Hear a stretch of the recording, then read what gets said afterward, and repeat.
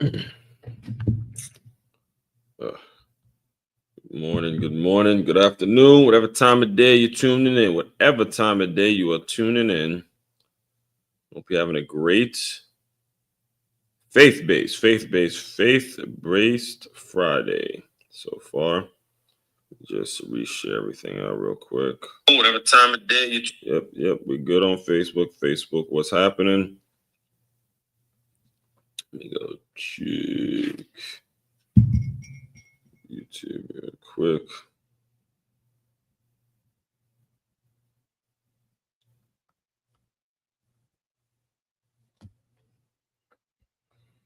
All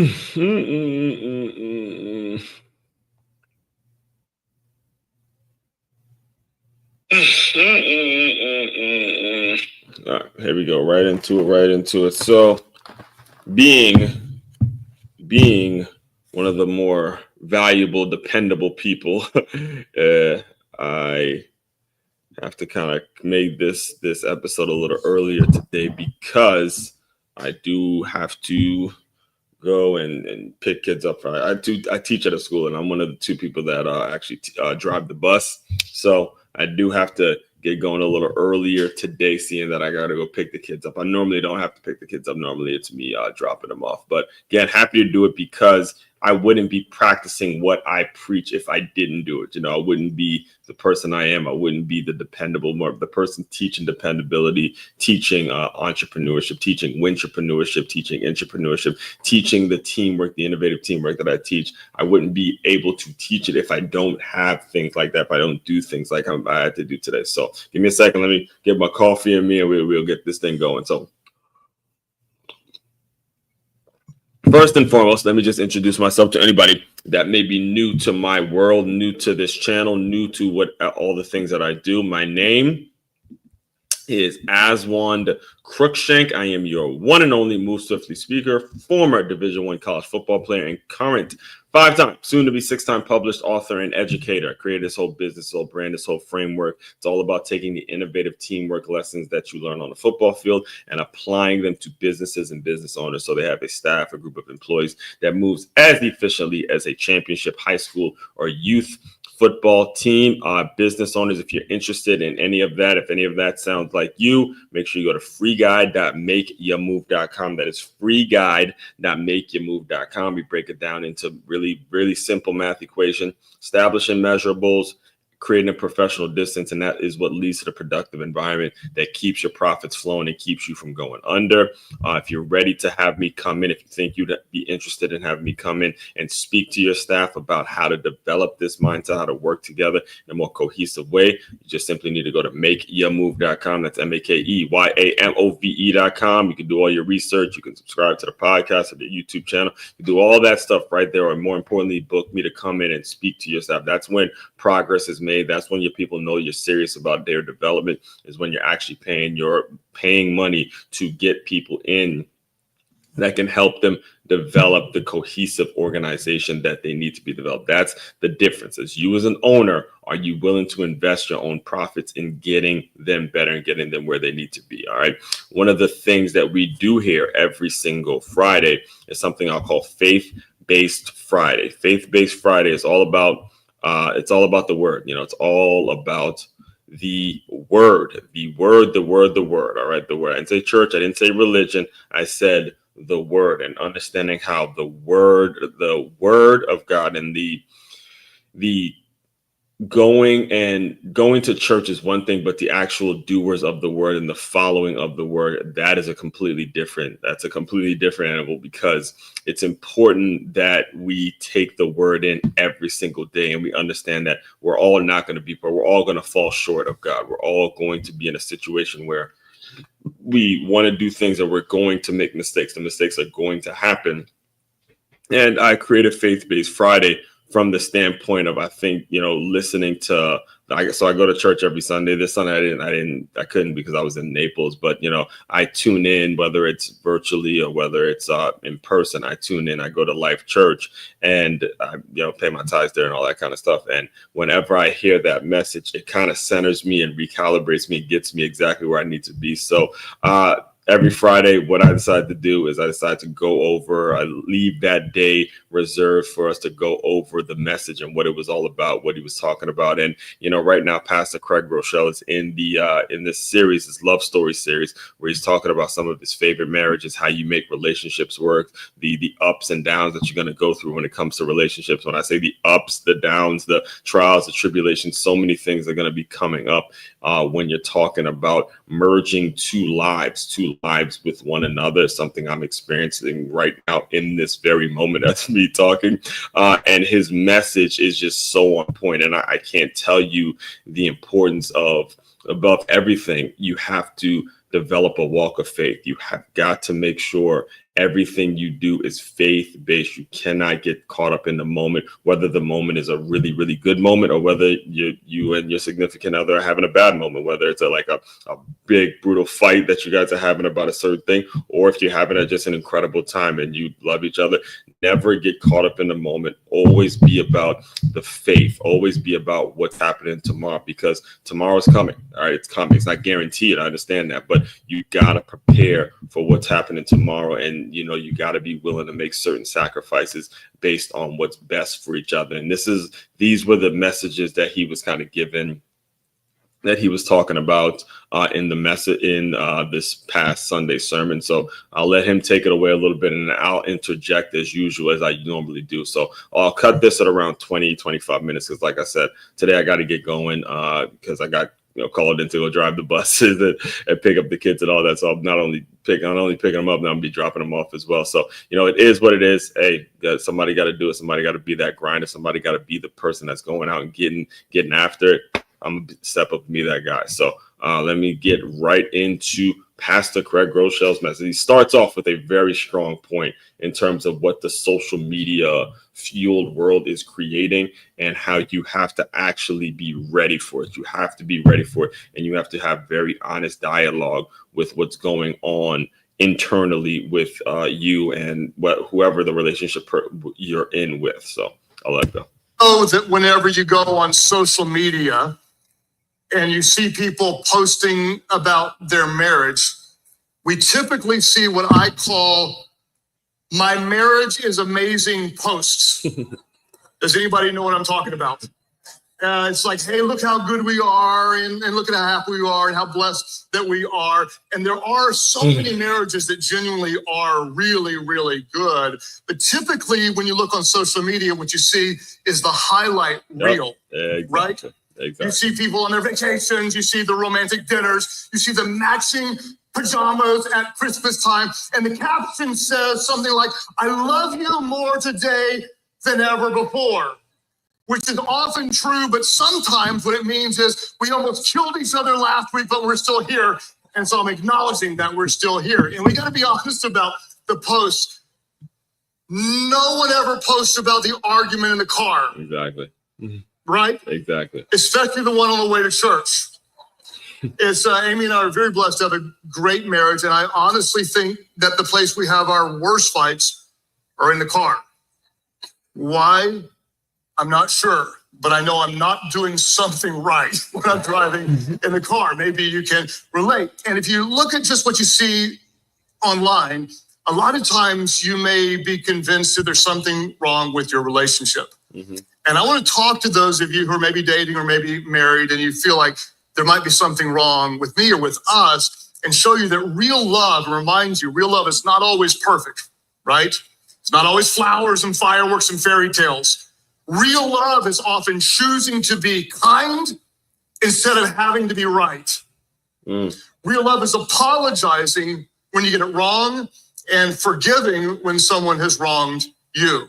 All right, so he said that, but I don't want it to get brushed over, because it's a challenging thing for someone like myself and anybody else out there who lives online, right? We live on the internet. We're on the internet every single day, 7 days out of the week. There's something coming out. The business is the business that we're passionate about, things that we love. We've developed a presence and a lifestyle on the internet. All right, there's a comfort there.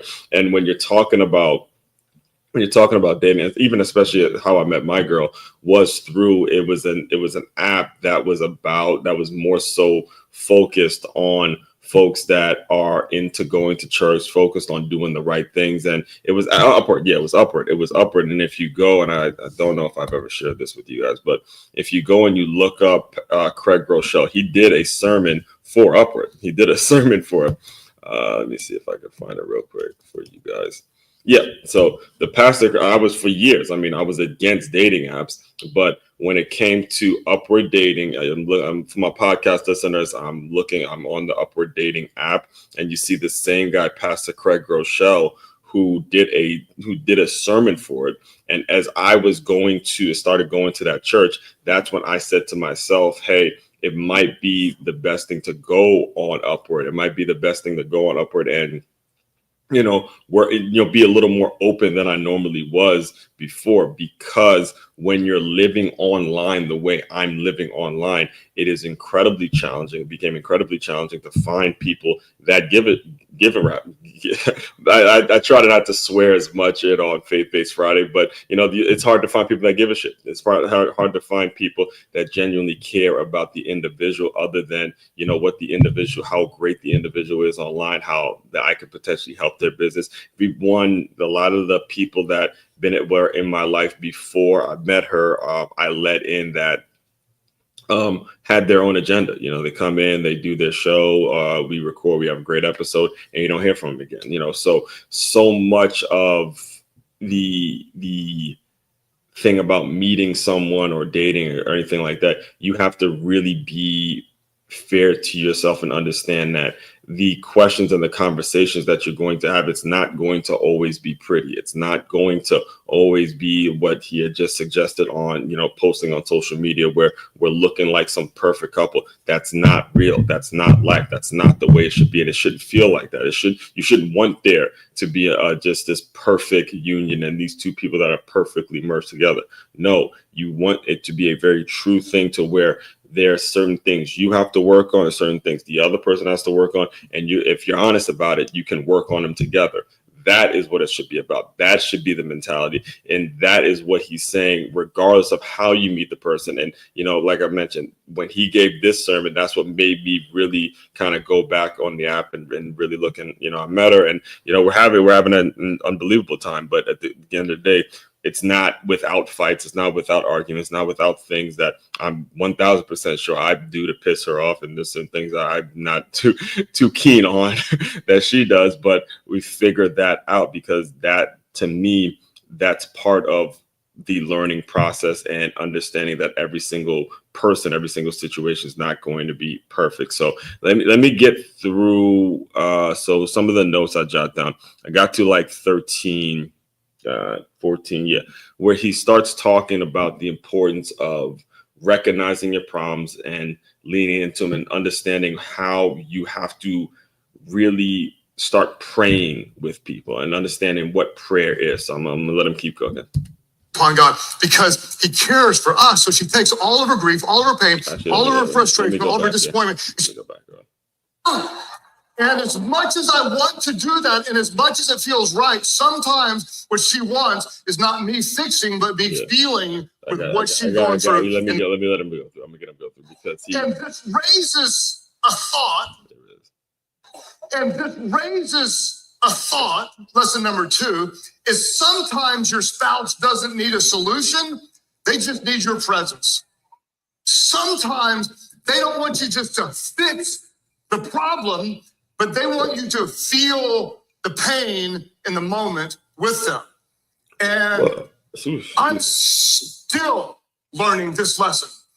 Almost 34 years into marriage, I still have to remind myself that sometimes when Amy is in a difficult spot emotionally or facing some kind of challenge, everything in me says, there's 3 steps to fix the problem. We can do this, and we can do this, and we can do that. Stay there. Here I come to the rescue. And as much as I want to do that, and as much as it feels right, sometimes what she wants is not me fixing, but me feeling with what she's going through in the middle of the moment. And one woman is clapping on the front row really loud right now. And she was hurting. He wanted to help, but he didn't know how to help. And so year after year, this was an issue. year after year, this was an issue. Some of you are going through something, and year after year, it's been an issue. So what does she do? Well, rightly, wisely, she takes her pains, she takes her hurts to God. We're told to cast our cares upon him, cast our anxiety upon God, because he cares for us. So she takes all of her grief, all of her pain, all of her frustration, all of her disappointment, and she pours it out to God. And scripture says this: in her deep anguish, Hannah prayed to the Lord, weeping bitterly.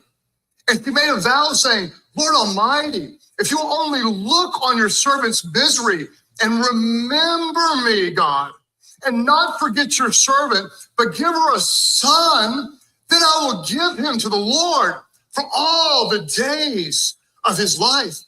And one of the things I love about Hannah is that she, in her heartbreak, she didn't walk away from God. She didn't shut down in silence, but she stood up and she poured out her heart to God. In my anguish, in my weeping, God, I come back to you. I cry out to you, God. I believe that you can, God, and I believe that you will. And when you look at her prayer, it wasn't perfect. It wasn't polished. It wasn't like something you would publish in a book. It was a cry from the depths of her heart, an honest and anguished cry to God. Sometimes the most powerful prayers are not the most polished or perfect, but just the most honest. All right, let me pause it right here, because I went to a Catholic school. All right, and one of the things that I grew up in a Caribbean household that I was never forced to go to church. My mother and father never forced it on me. It was never something that we had to do. She would tell me every single day, every time it kind of got brought up, look, she wanted God, she wanted religion, she wanted church, she wanted those things that my sister and I can find on our own, not necessarily something that was forced upon us as parents. So when I went to the Catholic school I got recruited there to play football. It was very much a culture shock, because what prayer was this memorization of, Hail Mary, full of grace, God, our Father who art in heaven. Like it was such a routine, monotonous, just over and over, just thing that you said. It wasn't until I developed a walk of faith on my own in my own life and started to go through things on my own that I realized prayer is simply a conversation with God.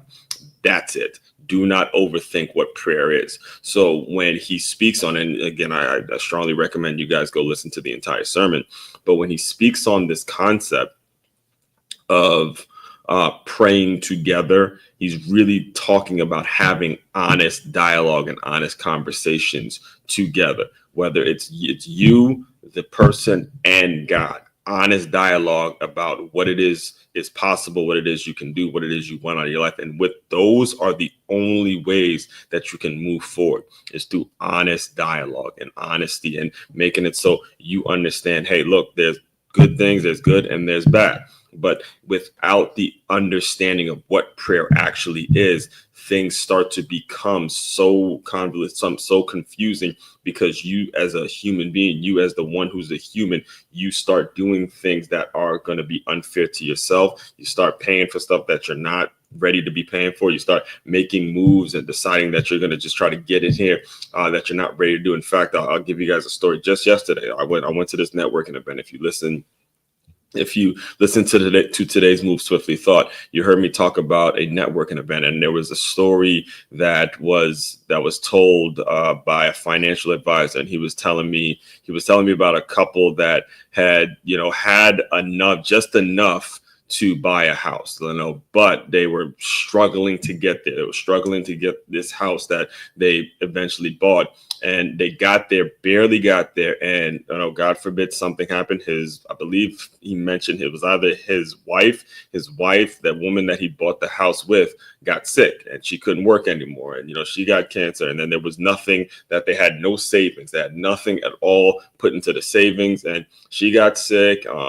He obviously couldn't keep up with the payments, and things happened. And, things got really, really difficult for them, because of this move that they made to just get something because they can, as opposed to sitting back, really having a faith-based conversation and saying, is this something that we need to do right now? I'm bringing this up all because a lot of what our big major decisions are in life, if you don't put God in, if you don't let God in and ask yourself if you're ready for these moves and have these honest dialogues with God, and then essentially have these honest dialogues with the person that you're going to be dealing with, then you don't have a chance. All right, I'm telling you right now, you need to have as honest of a dialogue as you can with God first, so you're ready for the moment. So you're ready for the moment when the person that you want to deal with comes to you with a certain proposition. It comes to you with, this is the lifestyle, this is what I want, this is how I want to do things. If you're having that honest conversation with God, it's not going to be a difficult thing for you to have that honest conversation with somebody else, but you just have to start now. You cannot wait. You have the ability to do it right now as we speak, but do not wait and hope that somebody else is just going to do it for you. Too often is that the case. Too often do we see, especially men, who depend so much on their significant other, so much on their girl, like we've been trained to just depend on them and not treat them right, not be people who take them for granted, take the little things that they do for granted. Too often do we see that, and eventually, the whole situation starts blowing up. But if you have the honest dialogue with yourself now, God is always gonna lead you in the right direction. It's gonna be all about what you believe, and again, it leads to that honest dialogue. So let me let him keep cooking. God, I'm hurting, God. I need you, God. I don't understand, God. This was the final. He might have been. Yeah, this is it, because he started talking about praying together. So have to be fancy. It doesn't have to be long. It just has to be sincere and be consistent, a part of who you are. Keep it simple. Yeah. This is it. This because he talks. It's kind of like going to the gym. You start to do this, go, oh, that's not so bad. And next thing you know, you're doing a 5 pound, then you're doing a 7.5, you're doing a 10 pound. Next thing you know, and so what happens? You just start, and you're learning to pray together, and you're creating a rhythm together, and you're seeking God together. And you know what's crazy? It's hard to fight when you're praying. You kind of got to apologize before you pray. And it's hard to let the devil get between your marriage when you're seeking the one together every single day. Yep. One little simple thing can be a game changer. It doesn't have to be fancy. It doesn't have to be long. It just has to be sincere and be consistent, a part of who you are. Keep it simple. God, direct our steps today. God, help us to honor you in what we do today. God, God, protect our children, God. God, give us wisdom today. God, help us to do your will. Start there. Keep it short. And then if you want to go longer, but just start. And if you miss a day, don't miss 2. You start there, you build spiritual intimacy, and watch as the relational intimacy, the physical intimacy, watch as it all overflows. Now, we see Hannah, she's praying her brains out. It's this very emotional prayer. And so this priest named Eli looks on. She's there praying to God in church. And he looks on, and he's like, hey, have you been drinking? Are you on the gummies? The expensive ones, the ones you have to get with a prescription, are you doing that? He said, no. I'm not drinking anything. This is what she says. She said this, no, sir, I haven't been drinking wine or anything stronger, but I am very discouraged. And I was pouring out my heart to the Lord. Don't think I'm a wicked woman, for I've been praying out of great anguish and sorrow. So what do we see? We see her praying. Do we see her husband praying in this text? Answer yes or no. We don't see it. Doesn't mean he wasn't doing it. He might have been. He might have been right by her. He might have been praying every day in the morning. He might have been praying on his lunch break. We don't know if he was. We don't know if he wasn't, but we don't see him doing it. We do know is she was praying. And in some of your relationships right now, you may be the only one seeking God. You may be the only one praying for a miracle in your marriage. You may be the only one praying for your children. You may be the only one asking for God to be the Lord of your life, and you are the only one praying. And if you are the only one praying, let me remind you of a truth that may be true for you, and that is that God often honors the faith of one to bless the lives of two. And I'll close you out there because that one really hit home for me personally. There's a period there growing up. I watched my father deal with a kidney issue, and I remember every night, even though like I mentioned, we didn't grow up in this church home per se, but the presence and the understanding of God was somewhat in my life because of I was in high school. I went to a Catholic high school, and I'd pray, that he's still with us. God, understand he's still with us to this very day. And I would pray that, this kidney thing doesn't take him away. And even though he wasn't, that person that's constantly telling me to pray and go to church, but I know when somebody's praying for you, eventually you just never know. So even if you're the only one that's praying for this and praying for this and praying for this, eventually pray for whatever it is, eventually it will honor somebody. And being somebody of service is exactly the kind of man that I strive to be every single day. It's what is attracted me to the girl I'm seeing now. I mean, everything it's about it's all about the willingness to continuously pray and move forward in the best possible direction that two people can have. But praying eventually is going to touch somebody in a positive way. So that's at some point, that's all you can do in terms of developing your walk of faith. So all that being said, again, like I mentioned, I strongly recommend you go listen to the full sermon. And if you are interested, if you are a business owner and you are interested in hearing more about what I'm doing, again, the main website to check out is just simply makeyamove.com. That's MAKEYAMOVE.com. See you guys tomorrow. Make sure you go check out Faith. Actually, tomorrow we have film session Saturday on boom. Yeah, let me just pull it up for you guys that are looking at it live. Film session Saturday. All right, so film session Saturday, we are going to be going over finishing off the Miami and Florida game, and then the week after, I think I'm probably going to do the Texas and Arizona State game. So I'll be getting into that, and that's tomorrow, and then Sunday, my good friend Kimberly Blue, we're back here for Stay Hired Sunday, and then next week we're talking all about flaws and what your flaws are, how you can use your flaws to be advantageous to you, and all that kind of stuff. So just stay tuned. Make sure you like, comment, subscribe, share. Appreciate all the new subscribers. I know I got a few new people that have come in. Appreciate it, man. Look, we're just getting started. I still feel like I'm just getting started when it comes to all of the potential that I see and the things that I can become. So appreciate you guys. Again, main website to check out, makeyamove.com. As one Crookshank, your one and only Move Swiftly speaker checking out. You guys continue to move swiftly. We will talk.